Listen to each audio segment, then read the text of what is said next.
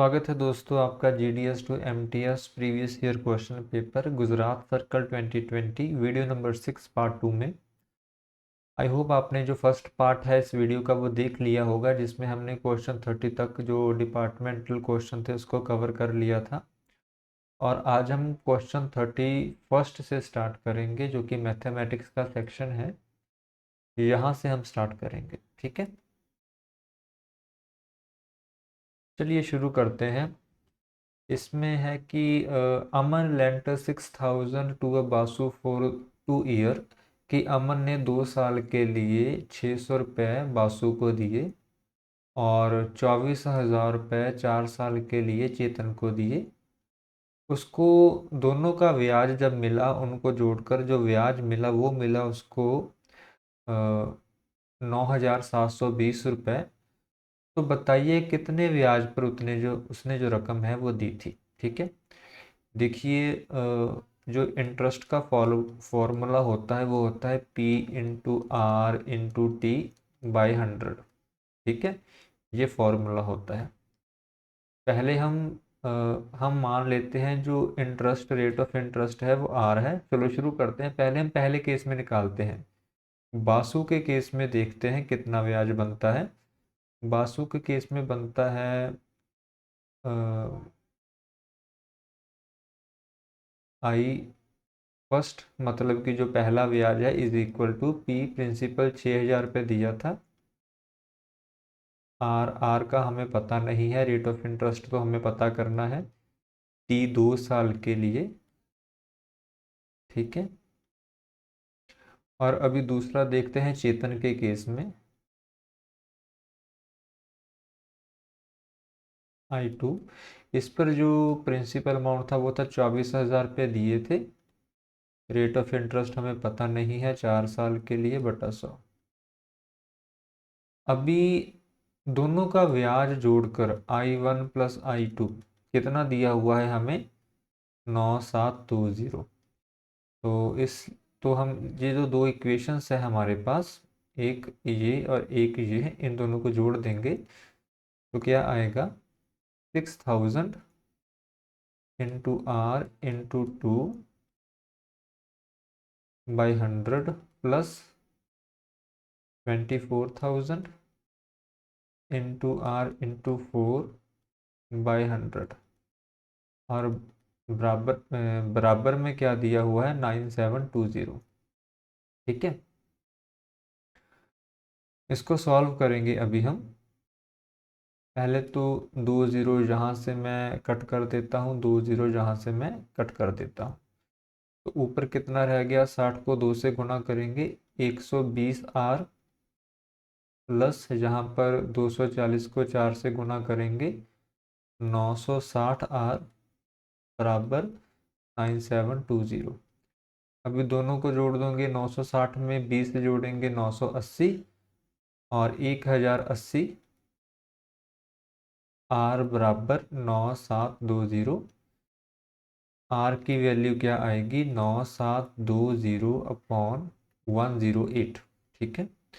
80, 0 से 0 काटेंगे और 8 नाम 72, तो आंसर आ जाएगा हमारा 8%, ऑप्शन नंबर बी। सॉरी 8 नाम 72 9%, ऑप्शन नंबर सी, ठीक है। यह हमारा आंसर है। आई होप आपको समझ लगा होगा। अभी हम दूसरा क्वेश्चन देखते हैं। इसके लिए पहले को थोड़ा सा जहाँ से सफाई कर लेते हैं।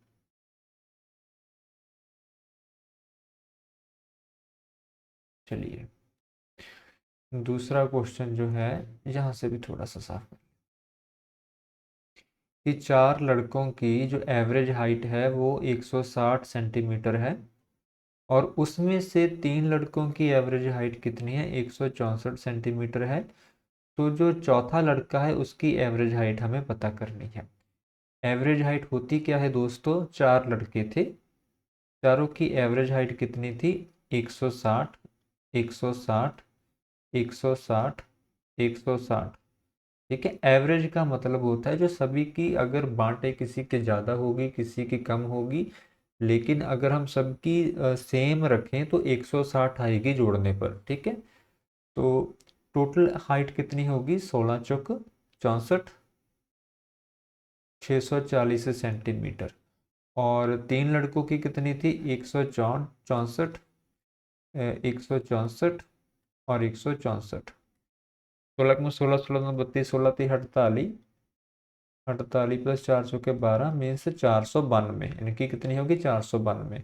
तो फोर्थ लड़के की जो हाइट होगी वो 640 माइनस 492 होगी, 640 माइनस 492। 10 में से 2 निकालेंगे 8 आएगा, और 10 में से 13 में से 9 निकाले 4 आएगा। तो ऑप्शन है हमारा बी नंबर 32 का, क्योंकि 4 8 इसके पीछे ही आ रहा है, तो यही हमारा आंसर है, ठीक है। देखिए, अगर आपके बेसिक क्लियर नहीं है तो मैथमेटिक्स को थोड़ा समझने में दिक्कत आ सकती है, लेकिन फिर भी मैं उसी ही स्पीड से करा रहा हूँ जिस स्पीड से आपको एग्जाम में सॉल्व करने हैं। क्वेश्चन नंबर देखते हैं 33।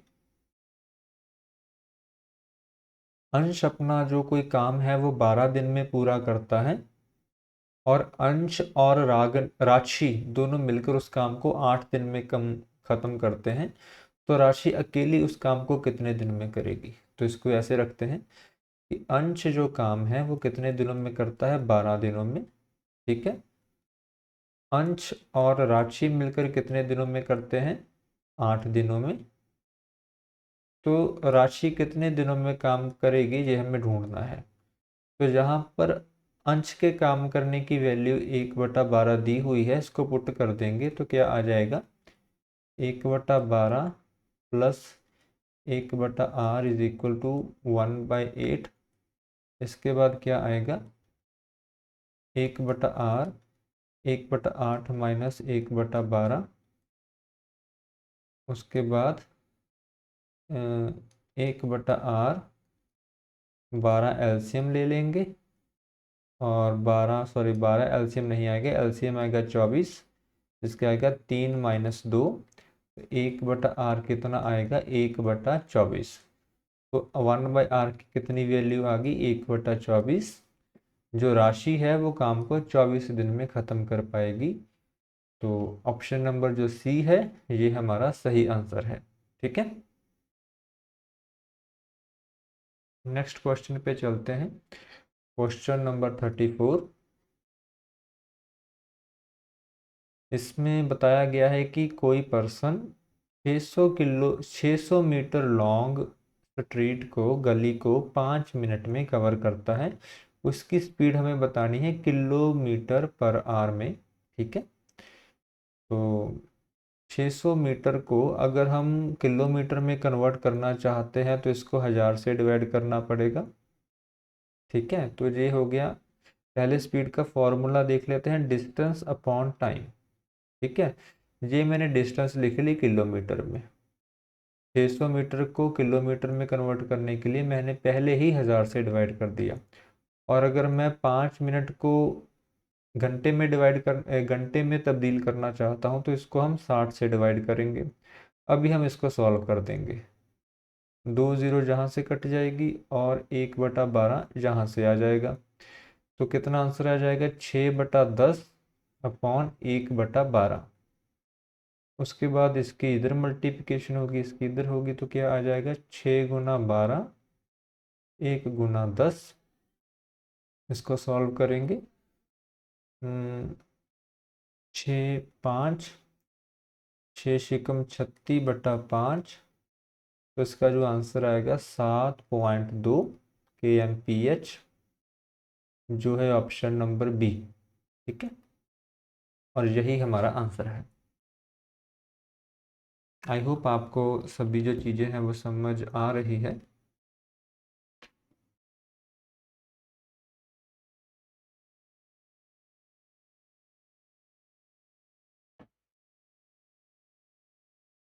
नेक्स्ट क्वेश्चन है कि जो 15 चेयर्स की कीमत है वो कितनी है, 234 रुपये है। हमें 70 चेयर की कीमत जो है उसको ढूंढना है। अगर 15 चेयर की कीमत 234 है तो एक चेयर की कीमत कितनी होगी? 234 को 15 से डिवाइड कर देंगे और 70 चेयर्स की कीमत कितनी होगी? 234/15, इसको 70 से मल्टीप्लाई कर देंगे। अब इसको मैं 5 से डिवाइड करता हूँ तो जहाँ पर 3 आएगा, जहाँ पर आएगा 10 4 14। ठीक है, अभी इसको मैं डिवाइड करता हूँ 3 से, 7 2 4 8, तो 78 को 14 से मल्टीप्लाई करेंगे। 8 चौका 32, 3 7 चौका 28, 29 30 31 78, 2 9 10, 1092। ऑप्शन नंबर ए हमारा सही आंसर है। हाँ, सब कुछ विजिबल है, हाँ अच्छी तरह से विजिबल है, बस मैं ही थोड़ा टेढ़ा सा बैठा हूँ, चलो कोई बात नहीं। क्वेश्चन नंबर 36, ये जीके का क्वेश्चन है। इसमें हमसे पूछा गया है कि ओल्डेस्ट माउंटेन कौन है इन दी जियोलॉजिकल हिस्ट्री। तो दोस्तों ओल्डेस्ट माउंटेन है अरावली माउंटेन, जो कि राजस्थान, दिल्ली, गुजरात, इसका कुछ पार्ट मध्य प्रदेश में भी है। ठीक है जी, इसको रेजिडुअल माउंटेन भी बोला जाता है।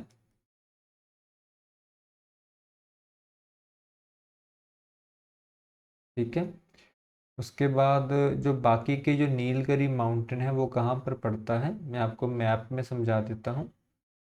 ये इंडिया का मैप है। जो नीलगिरी माउंटेन है, ये जो ईस्ट वेस्टर्न घाट है, ये जहाँ पर लास्ट में जो ये श्रृंखला है, इसको हम नीलगिरी माउंटेन बोल देते हैं।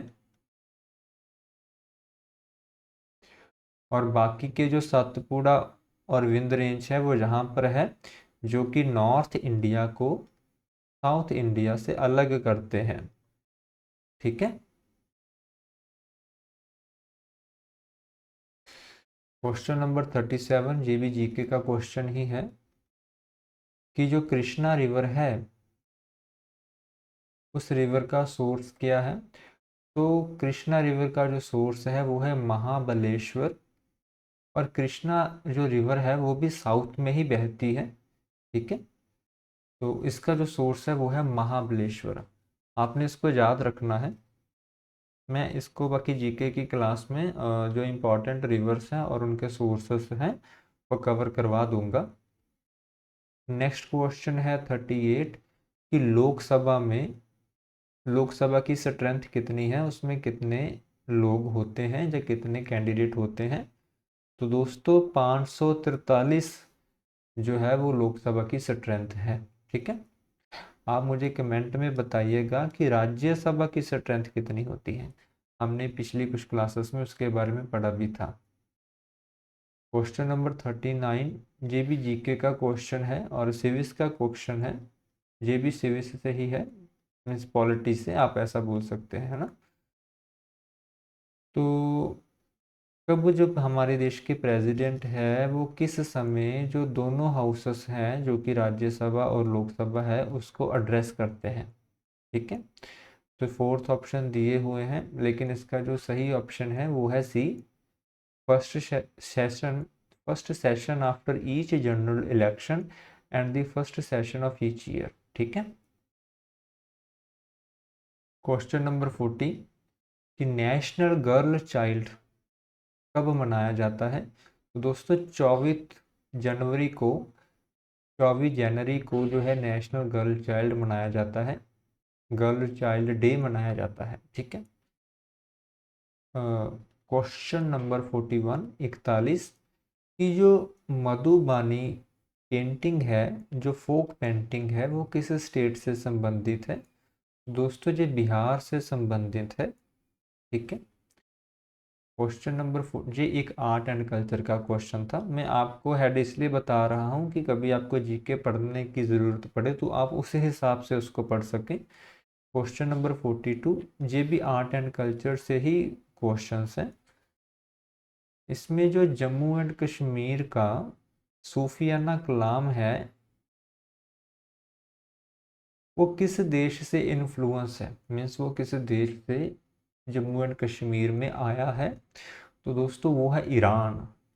ठीक है। पर्शिया तो अभी वैसे है ही नहीं है, पर्शिया तो मर्ज हो चुका है अफगानिस्तान ईरान पाकिस्तान के बीच। तो ये जो सूफियाना कलाम जो कि क्लासिकल म्यूज़िक है J&K का, वो ईरान से इन्फ्लुएंस है, या ईरान में उसके जो है ओरिजिन पाए जाते हैं। ठीक है। हमारा जो नेशनल सॉन्ग है वो किसने लिखा था, किसने कंपोज किया था, जिसको हम वंदे मातरम भी बोल देते हैं, तो वो थे बंकिम चंद्र चटर्जी, जिन्होंने इस सॉन्ग को कंपोज किया था। ठीक है। ये फ्रीडम स्ट्रगल का क्वेश्चन है, मॉडर्न हिस्ट्री का, और जो 44 है ये भी मॉडर्न हिस्ट्री का ही क्वेश्चन है। इसमें हमने जो स्टेटमेंट करेक्ट नहीं है उसको ढूंढना है। पहला तो ये कि रॉल्ट एक्ट की वजह से जो जलियांवाला बाग मास्कर हुआ था वो हुआ था, जो जलियांवाला बाग इंसिडेंट हुआ था, तो ये बात तो सही है, क्योंकि रोल्ट एक्ट में ऐसी कुछ प्रोविज़न थे कि शक के आधार पर भी जो पुलिस है वो किसी को गिरफ्तार कर सकती थी विदाउट एनी ट्रायल। तो इसीलिए एजिटेशन हुई, उसकी वजह से जो जलियांवाला बाग मास्कर हुआ था, हत्याकांड हुआ था। सुभाष, सेकंड ऑप्शन कि सुभाष चंद्र बोस फॉर्म द फॉरवर्ड ब्लॉक, जी ऑप्शन भी सही है। और थर्ड ऑप्शन कि Bhagat Singh was one of the founder of the Republic Socialist Association, तो ये भी सही है। और फोर्थ ऑप्शन तो यही गलत रह जाता है कि 1931 the Congress session at Karachi opposed Gandhi Irwin pact, तो ये स्टेटमेंट गलत है दोस्तों, गलत ही पूछी गई थी, तो यही हमारा आंसर है। ठीक है। क्वेश्चन नंबर 45 की जो नर्मदा रिवर है वो कहाँ से जो है उसका जो रीजन है वो कहाँ पर है, तो अमरकंटक की पहाड़ियों से नर्मदा जो रिवर है वो निकलती है। ये भी जियोग्राफी का क्वेश्चन है। अगर हम देखें तो सिलेबस से ही क्वेश्चन आ रहे हैं, आर्ट एंड कल्चर से आ रहे हैं, मॉडर्न हिस्ट्री से आ रहे हैं, जियोग्राफी से आ रहे हैं, उसके बाद पॉलिटी से आ रहे हैं, इससे ही क्वेश्चन आ रहे हैं। ठीक है। अभी नेक्स्ट बोर्ड मास का क्वेश्चन है हमारा।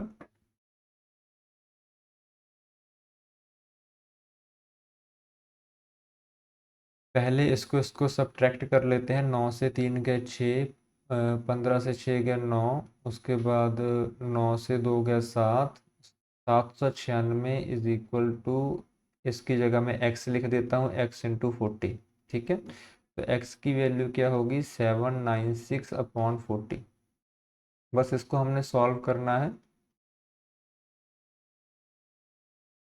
एक 40, उसके बाद 39, उसके बाद 6, के बाद 9 से गुणा करेंगे तो 360, तो 19.9 इसका आंसर आएगा।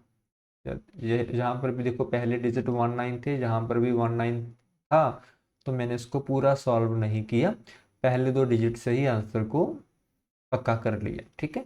Option number C. और 47 में इसकी जगह मैं एक्स लिख देता हूँ। ठीक है। कि 369 का 30% कितना होता है, 369 को 100 से डिवाइड करेंगे 1%, और 30 से गुणा करेंगे 30%, माइनस एक्स बराबर 14, इसको सॉल्व करना है हमने।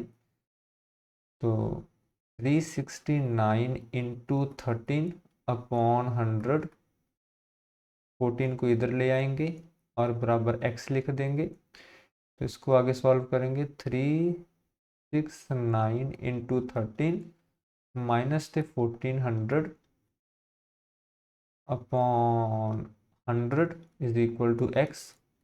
ठीक है।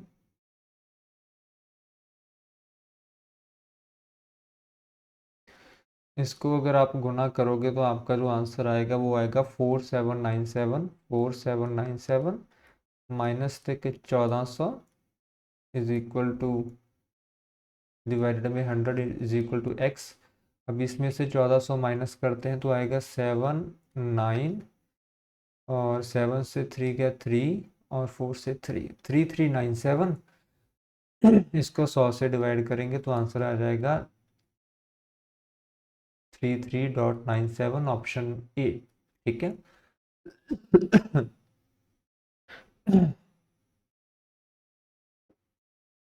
अभी है क्वेश्चन नंबर 48, कि जिसमें हमें बताया गया है कि गोल्ड का आज का जो रेट है वो है 15,625, लेकिन अ, हर साल ये 4% की दर से बढ़ रहा है, तो 3 साल बाद इसका जो रेट है वो कितना होगा, ये हमें हमसे पूछा गया है। तो इसका जो फॉर्मूला होता है वो होता है T into 1 + r/t, sorry 1 + r/100 upon T. ठीक है, जहाँ पर 100 है।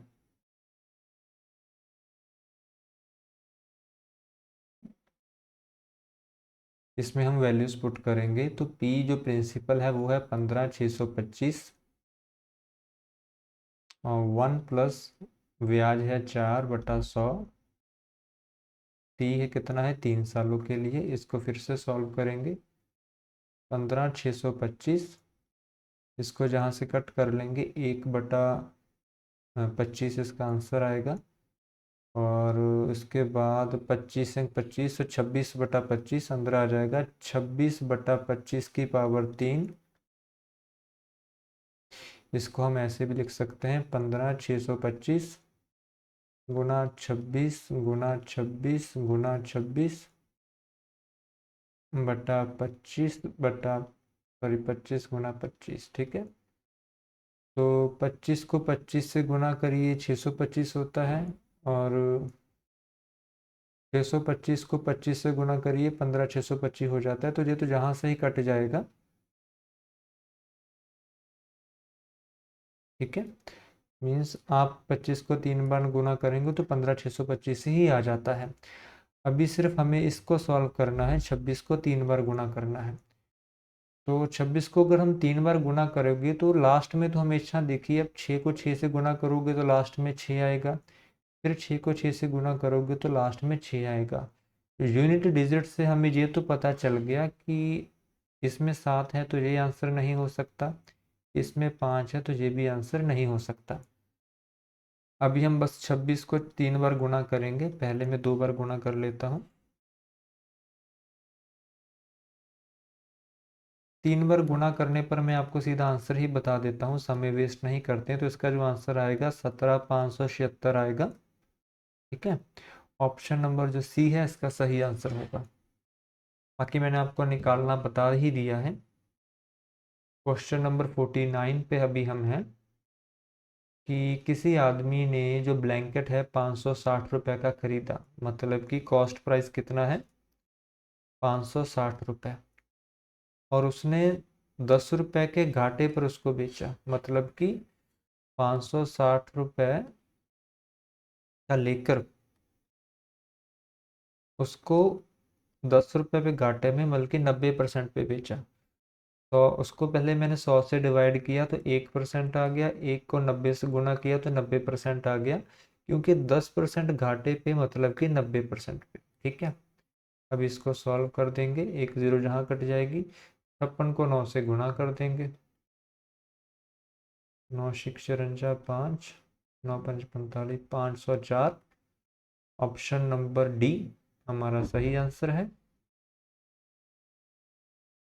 लास्ट क्वेश्चन, कि विश्वास ने एक घड़ी 7200 रुपये की बेची और उसको 20% का लॉस हुआ। ठीक है, तो अगर वो 20% का फायदा चाहता था तो वो घड़ी कितने की बेचेगा। तो उसने जब 7200 की बेची तो उसको कितने का लॉस हुआ, 20% का, मतलब कि उसने जो घड़ी है 80% पे बेची। तो उसने खरीदी कितने की होगी, उसको हम 100 से गुणा कर देंगे, कितने की उसने खरीदी होगी। ठीक है, अभी वो उसको 20% के फायदे से बेचना चाहता है, तो पहले उसका हम सेलिंग कॉस्ट प्राइस ही निकाल लेते हैं ताकि आपको आसानी रहे। जहाँ से आ जाएगा 90। उसने वो घड़ी जो है 9,000 रुपये की खरीदी, ठीक है। कॉस्ट प्राइस कितना आ गया दोस्तों, 9,000। अभी वो उसको 20% के फ़ायदे से बेचना चाहता है, तो 20% के फ़ायदे से पहले हम 1% निकालेंगे और 20% के फ़ायदे पे 120 की बिकेगी वो, तो 2 ज़ीरो जहाँ से कट जाएगी, 12 को 9 से गुणा करोगे 108 और 0 0, 10,800, ऑप्शन नंबर ए, ठीक है। तो ये थे हमारे मैथमेटिक्स के और जीके के क्वेश्चन। आई होप आपको ये अच्छे लग रहे हैं और समझ आ रहे हैं अच्छी तरह से। आज की वीडियो को हम इतना ही रखेंगे। 25 मिनट की वीडियो ऑलरेडी हो चुकी है और मेरी फ़ोटो भी जहाँ पर रुकी हुई है, इसके लिए मैं खेद चाहता हूँ। चलिए बिना किसी देरी की वीडियो को ख़त्म करते हैं, मिलते हैं अगली क्लास में। अभी के लिए जय हिंद, जय भारत, जय जवान, जय किसान।